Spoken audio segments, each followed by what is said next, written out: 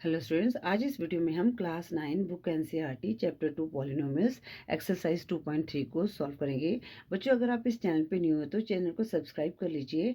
और मैं आपको बताना चाहूँगी कि अगर आप क्लास 6 से लेकर class 8 book R S Agarwal के चैप्टर्स की वीडियो देखना चाहते हैं तो हमने ऑलरेडी इस चैनल पर अपलोड कर दिए हैं।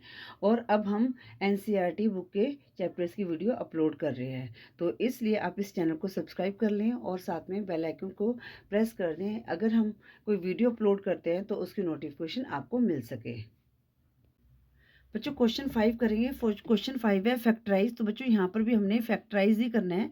तो ये जो फर्स्ट टर्म क्या है, ये क्यूबिक है। इट मीन्स ये क्या है, क्यूबिक पॉलिनोमियल है। क्यूबिक पॉलिनोमियल कौन से होते हैं? जिनकी हाईएस्ट डिग्री 3 होती है। ठीक है, वो क्यूबिक पॉलिनोमियल होते हैं। क्वेश्चन 4 में तक क्या था, जो हाईएस्ट डिग्री थी 2 थी, मतलब कि ये क्वाड्रिक पॉलिनोमियल था। तो यहाँ पर 2 फैक्टर्स बने थे हमारे हर किसी के। ठीक है, पर क्वेश्चन 5 में क्या है, ये हमारा पास क्यूबिक पॉलिनोमियल है, तो इसके 3 फैक्टर्स बनेंगे। तो बच्चों, इसके फैक्टर्स कैसे बनेंगे? तो हमने पहले क्या करना है, जीरो ऑफ पॉलिनोमियल को फाइंड आउट करना है।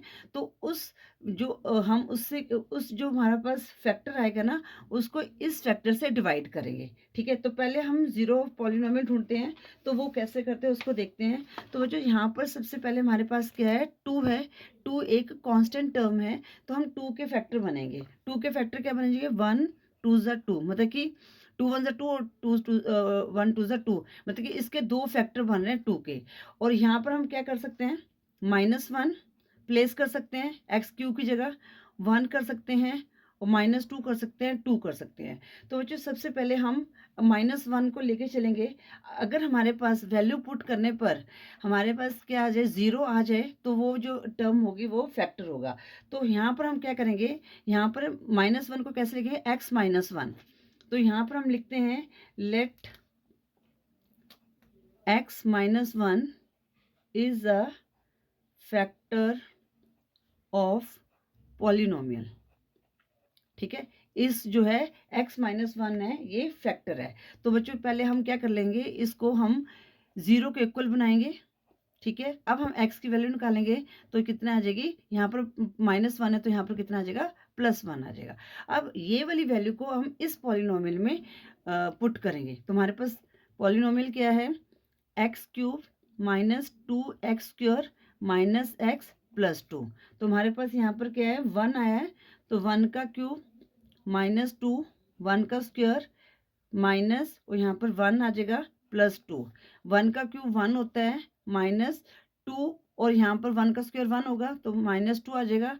यहाँ पर -1 और यहाँ पर +2।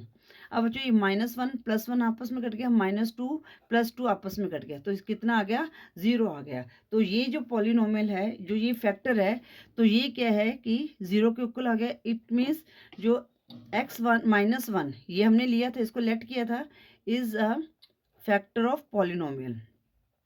तो अब हमारे पास क्या आ गया, एक फैक्टर आ गया, फैक्टर ऑफ पॉलिनोमियल। ठीक है, तो अब हम क्या करेंगे, इस x-1 से इसको डिवाइड करेंगे। तो ये इस तरह से हम डिवाइड करेंगे। अब x-1 हमारा क्या हो गया, डिवाइजर, और जो ये टर्म है x³ -2x² -x +2। अब बच्चों, इसको कैसे करते हैं, ये आपको आई थिंक आता भी होगा, पर मैं यहाँ पर आपको डिटेल में थोड़ा सा समझाऊंगी। तो यहाँ पर क्या है, फर्स्ट टर्म क्या है, x³ है। तो बच्चों, यहाँ पर फर्स्ट टर्म क्या है, x है।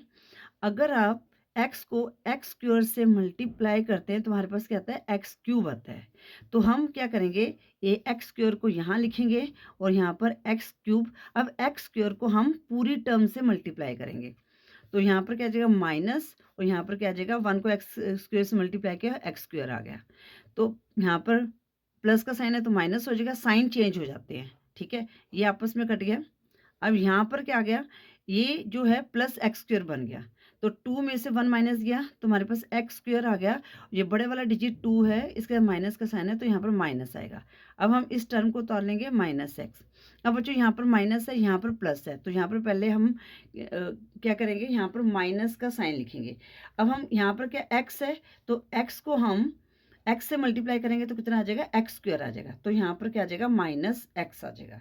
तो अब minus plus minus x square होगा, एक्स को एक्स से मल्टीप्लाई किया तो माइनस एक्स को एक्स से मल्टीप्लाई तो माइनस एक्स स्क्वायर आ जाएगा। ठीक है, उसके बाद माइनस माइनस प्लस हो गया और 1 को x से मल्टीप्लाई किया x हो गया। अब हम साइन चेंज करेंगे, 1 की जगह प्लस, प्लस की जगह माइनस आ जाएगा। तो ये तुम्हारा कट गया। बट यहाँ पर क्या है, ये माइनस एक्स हो गया तो माइनस माइनस प्लस करेंगे, इसके आगे कोई साइन नहीं है तो 1 1 1 हो गया ये। तो यहाँ पर क्या आ गया 2x आ गया, साइन माइनस करेगा और यहाँ से हमने +2 को नीचे उतार लिया। अब यहाँ पर साइन पहले माइनस का लगेगा।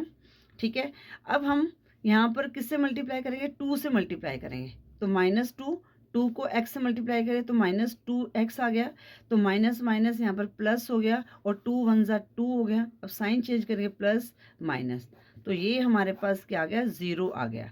तो हमारे पास ये टर्म आ गई, ये हमारा क्वोशिएंट आ गया।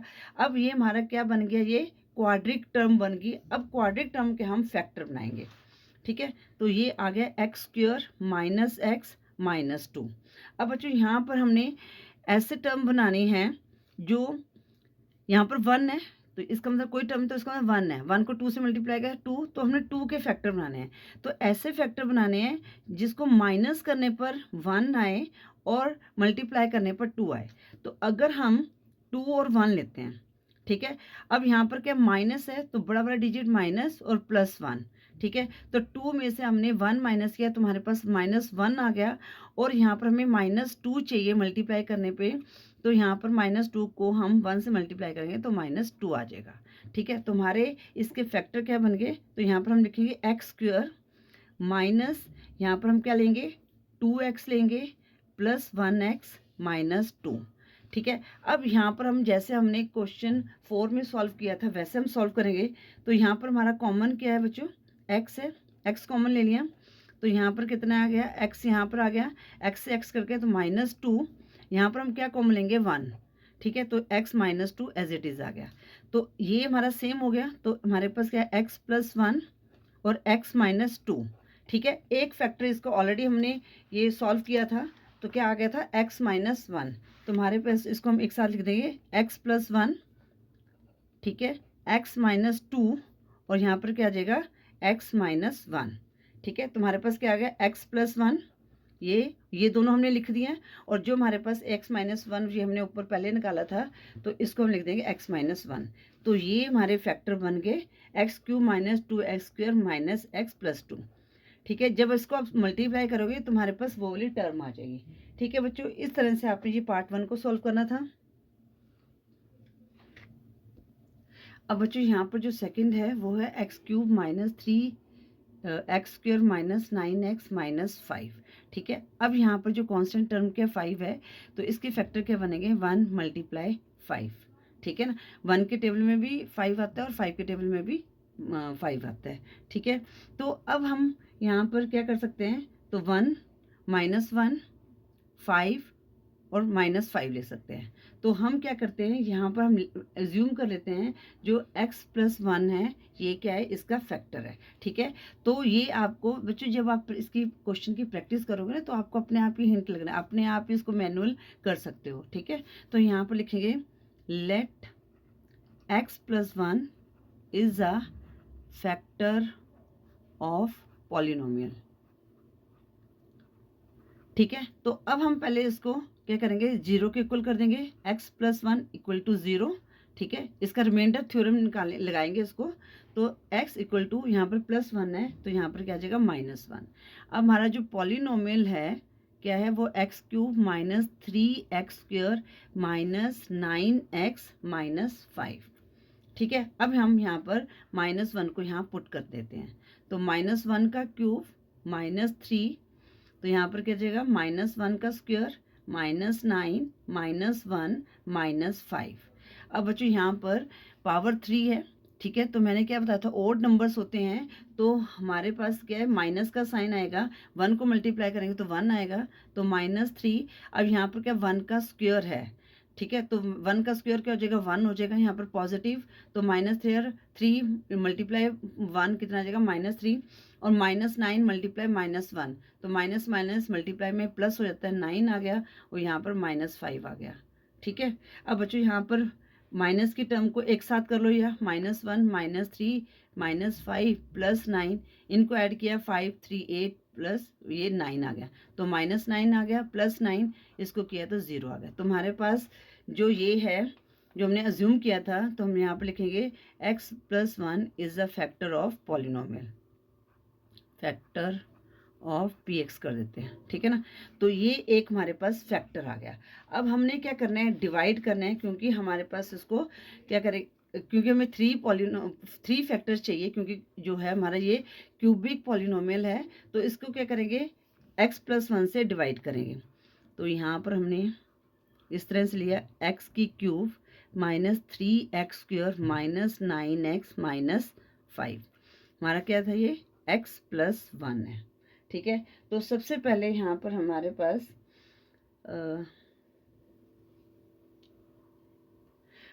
तो यहाँ पर क्या x³ है, तो x को हम पहले हमने फर्स्ट टर्म से ही देखना है, ठीक है ना। x को हम मल्टीप्लाई करेंगे x² से, तो हमारे पास x³ आ गया, फिर +1 से मल्टीप्लाई किया तो कितना आ गया +x² आ गया। साइन चेंज हो गए, यहाँ पर प्लस था माइनस हो गया, प्लस था माइनस हो गया, ये आपस में कट गया।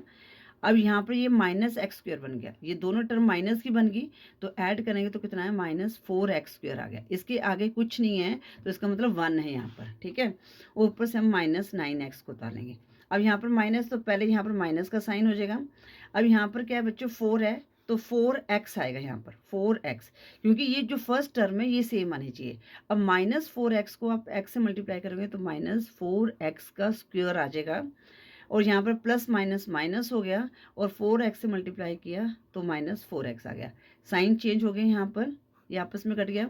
अब ये क्या है 9 - 4 हो गया, तो 9 में से 4 माइनस किया 5, साइन कौन सा आएगा माइनस का, क्योंकि बड़ा वाला डिजिट 9 है, उसके साथ माइनस का साइन है 5x, और ऊपर से हमने -5 को उतार लिया। अब यहाँ पर क्या माइनस, तो यहाँ पर क्या आएगा 5 आएगा, तो -5x, और यहाँ पर -5, साइन चेंज हो गया, ये आपस में कट गए, तो हमारे पास क्या आ गया 0 आ गया। तो इट मीन्स हमारे पास ये जो आगे क्वाड्रिक टर्म आ गई, ठीक है, x² -4x -5, ठीक है। अब हम इसको सॉल्व करेंगे, ठीक है। देखो यहाँ पर हमने इसको करें, क्वाड्रिक टर्म हमें मिल गई, तो अब हम इसके 2 फैक्टर यहाँ से मिल जाएंगे। अब हमारे पास 5 है, तो हमारे पास ऐसे टर्म चाहिए जो मल्टीप्लाई करने पर 5 आए, और ऐड या प्लस करने पर हमारे पास क्या है 4 आए, ठीक है। तो बच्चों यहाँ पर क्या होगा 5 1 ज़ा 5, अगर हम -5 + 1 करें, ठीक है, -5, क्योंकि यहाँ पर -4 है, तो हमारे पास जो बड़ी वाली टर्म है उसका माइनस का साइन होना चाहिए, +1, तो हमें क्या मिल जाएगा -4 मिल जाएगा। अगर हम -5 को +1 से मल्टीप्लाई करें तो कितना आ जाएगा -5 आ जाएगा, क्योंकि यहाँ पर -5 है, ठीक है। तो ये क्लियर हो गया आपको। तो अब हम इसमें क्या बन गए हमारे पास फैक्टर 4x के 5 के, सॉरी हाँ 5 के, क्योंकि 1 यहाँ पर 1 है, 1 को 5 से मल्टीप्लाई 5 आएगा, तो 5 के फैक्टर बनाने हैं। तो यहाँ पर आ गया हमारे पास -5x + 1x और -5 ऐसे इट लिखेंगे। अब इसमें कॉमन क्या है x, तो कितना आ जाएगा x - 5, और यहाँ पर क्या लेंगे +1, तो x - 5, तो ये x - 5 कॉमन हो गया, तो x + 1 हो गया और x - 5 हो गया। तो अब हमारे पास आंसर क्या आ जाएगा, ये तो हमें एज इट इज़ आ जाएगा, ठीक है। तो हमने जो पहला फैक्टर क्या था हमारे पास x + 1, तो इसको भी हम यहाँ पर लिख देंगे, तो ये हमारे फैक्टर आ गए। तो आप लिख सकते हैं इज़ अ फैक्टर ऑफ, अगर ऐसे लिखना चाहते हैं, ऑफ x³ -3x² -9x -5, ये हमारा आंसर आ गया। इनको मल्टीप्लाई करेंगे तो आपके पास ये टर्म आ जाएगी। आई होप ये क्यूबिक के कैसे फैक्टर्स निकालते हैं ये आपको क्लियर हो गया होगा। अब हम करते हैं क्वेश्चन 3। बच्चों पार्ट 3 है x³ + 13x² + 32x + 20। अब बच्चों यहाँ पर हमारे पास क्या है 20 है। अब 20 के अगर आप फैक्टर बनाएंगे तो 1 के टेबल में भी जाता है, ये 2 10 ज़ा 20 होता है, उसके बाद 4 5 ज़ा 20 होता है, 5 4 ज़ा 20 होता है। तो पहले हम 1 को लेके चलते हैं, ठीक है। तो हम क्या करेंगे, इसमें हम लेंगे x + 1 को लेंगे, इसको फैक्टर लेंगे, ठीक है। तो यहाँ पर हम लिखेंगे let x + 1 is a factor of polynomial, given को पॉलिनोमियल, ठीक है। तो x+1 इक्वल टू 0, ठीक है। तो अब यहाँ पर हम